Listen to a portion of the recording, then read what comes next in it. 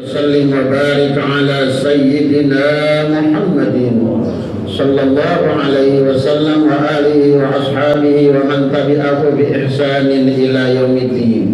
أما بعد فيا عباد الله أوصيني وإياكم بتقوى الله فقد فاز المتقون. أعوذ بالله من الشيطان الرجيم وتزودوا فإن خير الزاد التقوى wattaquni ya ulil albab. Shadaqallahul azim. Saudaraku jamaah Jumat Masjid Baitur Rahman yang dirahmati Allah, semoga kita, keluarga dan seluruh orang-orang yang kita cintai kesehariannya selalu ada dalam tatapan rahmat kasih sayang Allah Subhanahu wa taala. Saudara, ketika seseorang dalam hidupnya Allah menatapnya di setiap detik dengan rahmatnya, dengan tatapan kasih sayangnya, secara otomatis keseharian orang tersebut ada dalam bimbingan hidayah dan taufiknya. Artinya Allah membimbing ia untuk berada dalam kebenaran beragama, kebenaran berakidah, kebenaran bertauhid. Tidak mungkin akidah tauhid kita benar tanpa hidayah dari Allah Subhanahu wa taala. Bukankah kita membaca sejarah seseorang hidup sejaman dengan Rasulullah, mendengar kebenaran yang langsung disampaikan oleh lisan Rasulullah, bahkan ada keluarga Nabi sendiri yang sangat dicintai olehnya. Tanpa hidayah dari Allah, dia tetap tidak beriman kepada Allah Subhanahu wa taala.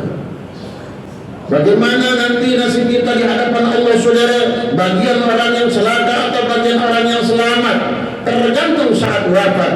Akidah kita benar atau tidak di hadapan pengadilan Allah Subhanahu wa taala.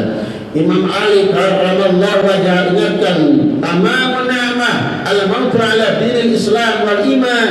Sempurnanya nikmat Allah begitu banyak, ditutup nikmat itu dengan kesempurnaan. Al-mautu ala dinil Islam wal iman, ia wafat dalam Islam, dalam iman kepada Allah Subhanahu wa taala.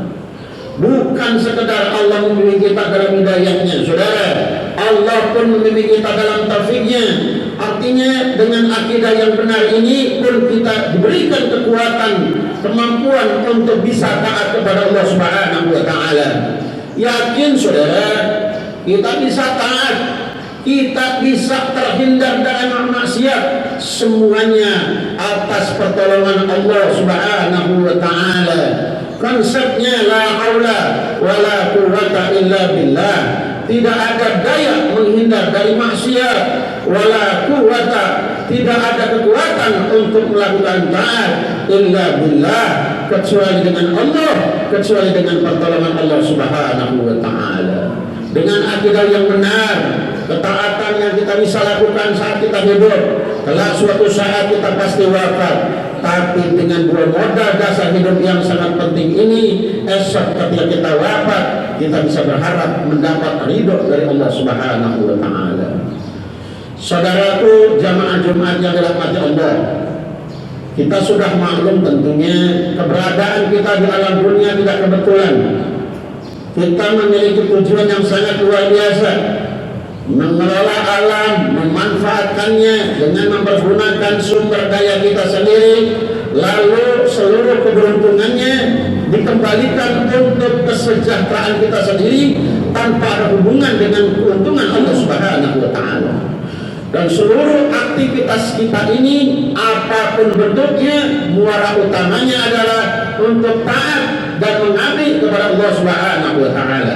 Al-Zariyat 56 Allah ingatkan, wa ma khalaqtul jinna wal insa illa liya'budun.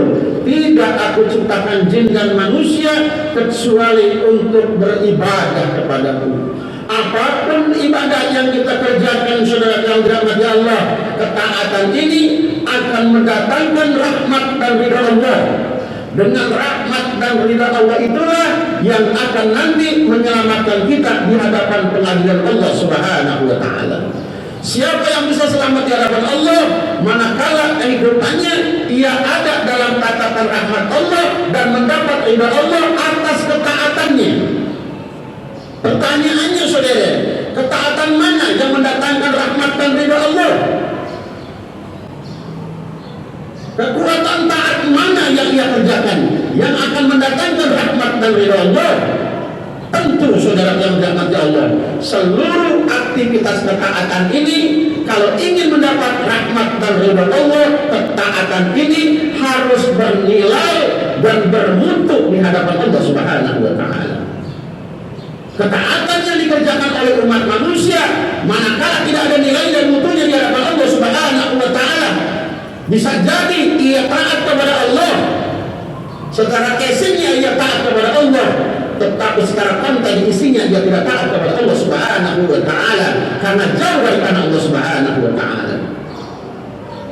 Terlihat ia taat kepada Allah, tetapi Allah tidak melihatnya, ia taat kepada Allah Subhanahu wa taala. Bayangkan saudara, seseorang yang sudah taat kepada Allah saja tidak menjamin dia selamat di hadapan Allah Subhanahu wa taala. Bagaimana kalau seorang yang dalam hidupnya dia tidak serius taat kepada Allah Subhanahu wa taala? Dunia dan segala hal yang menarik yang kita lihat saudara, apapun yang kita kerjakan, saat Allah memberikan kenikmatan, saat Allah memberikan kesusahan kepada orang, seluruhnya itu hanya semu. Rasulullah Shallallahu Alaihi Wasallam ditanya oleh malaikat Jibril dalam kitab Majalis Susaniyah, "Ma ra'aita an dunya ya Rasulullah?" Jibril bertanya kepada Rasulullah, "Bagaimana pandanganmu tentang dunia ya Rasul?" Kalau Rasul menjawab, "Ad-dunya kahilmin naim." Dunia bagaikan orang mimpi saat tidur. Ahluha majajuna wa mu'aqqabun. Penduduk dunia dibalas kebaikannya pun dibalas keburukannya. Kebaikan yang Allah balas saat di dunia, keburukan yang ia kerjakan lalu dibalas oleh Allah saat di dunia, kahil min na'im, seperti mimpi saat orang tidur. Saudara yang dirahmati Allah, orang tidur, seseorang yang sedang tidur, apapun yang ia alami semuanya semu, tidak asli. Keindahan yang sebenarnya adalah akhirat, nanti di surganya Allah. Kesulitan sebenarnya adalah nanti di nerakanya Allah Subhanahu wa taala. Maka saudara yang dirahmati Allah Subhanahu wa taala, mari kita introspeksi ibadah kita mana yang mendatangkan rahmat dari Allah Subhanahu wa taala. Tentu saudara kita bisa melihat dari indikasi. Setiap perintah ibadah pasti menuai kebaikan di dalamnya. Begitupun larangan dari Allah pasti di dalamnya ada keburukan dan keburukan. Ibadah yang kita kerjakan manakala bermutu di hadapan Allah maka akan memberikan dampak terhadap orang yang melakukan ibadah itu. Salat saudara yang kita kerjakan, Allah memberikan garansi dalam surat Al-Ankabut ayat 45, wa aqimis shalah inna sholata tanha 'anil fahsya'i wal munkar. Dirikan salat, sesungguhnya salat mencegah dari perbuatan keji dan munkar. Allah memberikan garansi saudara, salat yang dikerjakan oleh seseorang maka salat tersebut akan mencegah orang yang melakukannya terhindar dari perbuatan keji dan munkar. Ya tidak mungkin lagi durhaka kepada Allah Subhanahu wa taala. Mari kita introspeksi, bukankah kita sholat dan sudah kita kerjakan sholat ini? Apakah betul kita sudah tidak lagi berani maksiat kepada Allah Subhanahu wa taala? Kalau kita sudah sholat tapi maksiat tetap berjalan, saudara yang dirahmati Allah Subhanahu wa taala, sangat perlu kita khawatir jangan-jangan sholat kita tidak bermutu di hadapan Allah Subhanahu wa taala. Buktinya sholat ini tidak menjadi perisai terhadap orang yang mengerjakannya. Zikir saudara yang kita kerjakan, maka zikir itu apapun bentuknya akan mendatangkan ketenangan dalam hidup karena Allah memberikan jaminan. Dalam surat Ar-Ra'd ayat 28, alladzina amanu wa tatma'innu qulubuhum bi dzikrillah, ala bi dzikrillah tatma'innul qulub. Mereka orang-orang yang beriman dan hatinya tenang karena banyak menyebut Allah.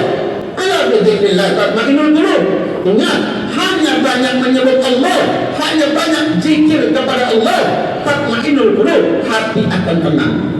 Kalau dia sudah zikir saudara, tapi tetap saja gundah, tetap saja gelisah saudara, apa yang terjadi? Jangan-jangan lisannya berzikir tapi hatinya tidak berzikir kepada Allah Subhanahu wa taala, sehingga zikirnya tidak ada nilainya di hadapan Allah Subhanahu wa Ta'ala. Puasa yang kita kerjakan, saudara, bukan sekali saja puasa yang kita kerjakan. Orientasinya adalah la'allakum tattaqun. Al-Baqarah 183, membentuk pribadi yang bertakwa kepada Allah Subhanahu wa Ta'ala. Kalau puasa kita bernilai di hadapan Allah, maka ketika kita berpuasa, selesai puasa, terbentuk dalam diri kita pribadi yang takwa kepada Allah. Artinya semua perintah Allah dilaksanakan, semua larangan Allah ditinggalkan. Mari kita introspeksi, saudara. Betulkah kita sudah tidak melakukan lagi kedurhakaan kepada Allah Subhanahu wa Ta'ala? Kalau ibadah sudah kita kerjakan, tetapi ternyata tidak memberikan hasil yang maksimal, tidak memberikan pengaruh terhadap kita yang melakukan, wajib kita khawatir, saudara yang dirahmati Allah. Sangat kita khawatir. Begitu kita berhadapan dengan Allah Subhanahu wa Ta'ala, rapot kita banyak merahnya, saudara, sehingga kita tidak lulus nanti di hadapan Allah Subhanahu wa Ta'ala. Kapan kita bisa memperbaikinya? Maka betapa beruntung ketika Allah berikan kesempatan demi kesempatan hidup kepada kita yang tinggal singkat ini, diberikan kesempatan untuk memperbaiki seluruh aktivitas kita ini agar ada nilainya di hadapan Allah Subhanahu wa Ta'ala. Saudara, setelah kita taat kepada Allah Subhanahu wa Ta'ala yang disebutkan tadi, apakah semua yang disebutkan tadi akan mendatangkan kecintaan Allah? Allah menjawab kepada Nabi Musa, ternyata Allah lebih cinta pekerjaan dalam bentuk lain, saudara. Di dalam kitab Mutasyafatul Qulub karya Syekh Abu Hamid Muhammad ibn Muhammad Al-Ghazali, di sana diceritakan dialog antara Nabi Musa kepada Allah Subhanahu wa Ta'ala. Allah katakan, Nabi Musa katakan kepada Allah, ya Rabb, aku sudah tunduk serius kepada Engkau. Semua perintahmu aku laksanakan. Apakah karena salatku yang menjadikan kau cinta kepada aku, ya Rabb? Allah menjawab kepada Nabi Musa dalam kitab Mutasyafatul Qulub, bukan. Karena salat yang kau kerjakan kembali beruntungnya kepada engkau sendiri. Kau terhindar dari perbuatan keji dan munkar. Lalu apakah zikirku, ya Rabb, yang menjadikan kau cinta kepada aku? Bukan. Karena zikirmu mengantarkan kau hidup dalam ketenangan. Apakah karena salat, apakah karena puasa, ya Rabb, sehingga kau mendapatkan kecintaan kau kepadaku? Tidak. Puasamu keberuntungannya kembali kepada engkau. Dengan berpuasa, nafsumu, amarahmu terkontrol, sehingga nafsumu yang cenderung mengajarkan mengantarkanmu kepada keburukan, dengan engkau berpuasa terkontrol. Nabi Musa heran, saudara yang dirahmati Allah. Kalau ibadahku yang aku kerjakan tersebut tidak mendatangkan kecintaanmu kepadaku, lalu ibadahku yang mana, ya Rabb, yang engkau mencintaiku? Allah jawab kepada Nabi Musa dalam kitab tersebut, ketika ada saudaramu dalam kesulitan, engkau menolongnya, aku ada di situ, kata Allah Subhanahu wa Ta'ala. Ternyata, saudara, Allah sangat mencintai manusia yang memiliki kepedulian sesuai terhadap orang lain, yang memiliki kepekaan, yang mau menolong orang lain dalam kesulitan kalau ia mampu mengatasinya. Maka jangan heran ketika orang begitu hebat sujudnya, begitu dahsyat baca Qur'annya, begitu hebat zikirnya, tapi kalau dalam dirinya tidak ada kepekaan sosial, saudara yang dirahmati Allah, tidak ada respon terhadap kesulitan orang lain, tetap belum tentu ia mendapat kecintaan dari Allah Subhanahu wa Ta'ala. Pantas Rasulullah Sallallahu Alaihi Wasallam menyampaikan, al-baqi la yadkhulul jannah walau kana 'abidan. Orang yang baik, orang yang tidak peduli dengan orang lain, orang yang tidak ada kepekaan sosial, la yadkhulul jannah, dia tidak mungkin masuk surga walau kana 'abidan, sekalipun ia ahli ibadah kepada Allah Subhanahu wa Ta'ala. Wasahih la yadkhulun nar walau kana fasiqan, kata Rasulullah SAW. Orang yang sangat dermawan, banyak memikirkan orang lain, peka terhadap lingkungan, respon terhadap kesulitan saudaranya, saudara, la yadkhulun nar, dia tidak mungkin masuk nerakanya Allah walau kana fasikan, sekalipun ia orang fasik, sekalipun ia ahli ibadah, tapi pun ia banyak durhaka kepada Allah, andai pun hidupnya seperti itu, kalau hidupnya banyak manfaat untuk orang lain, dia tidak mungkin masuk nerakanya Allah Subhanahu wa taala. Dalam redaksi yang lain Rasul sampaikan khairun nas anfa'uhum linnas, manusia terbaik manusia yang manfaat untuk manusia lainnya. Saat ini saudara kita sedang kesulitan, saudara. Di Gaza, di Palestina, ribuan manusia terbunuh, saudara dalam Allah, dengan kekejian yang luar biasa yang dilakukan oleh Zionis Israel. Andai hati kita, saudara, tidak terenyuh dengan urusan ini, yang hebat kita berusaha membantunya. Minimal hati kita tidak terenyuh, saudara, tidak perih dengan keadaan ini, saudara yang dirahmati Allah. Kalau ini terjadi pada diri kita, hancurlah peran-peran iman kita di hadapan Allah Subhanahu wa taala. Karena Rasul sampaikan, man lam yahtam bi amri muslimin falaysa minna, seorang yang tidak peduli dengan urusan muslim lainnya, falaysa minna, dia bukan umatku, kata Rasulullah sallallahu alaihi wasallam. Maka kita munajat kepada Allah di atas mimbar ini, khatib berdoa semoga Palestina segera dimerdekakan oleh Allah Subhanahu wa taala.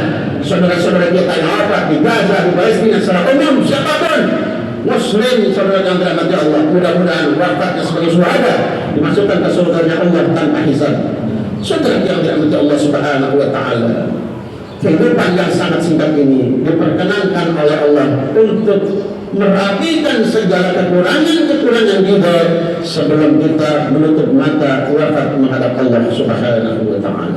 Barakallahu li wa lakum fil Qur'anil azim wa nafa'ani wa iyyakum bima fihi min ayati wa zikril hakim wa taqabbal minni wa minkum tilawatahu innahu huwal ghafurur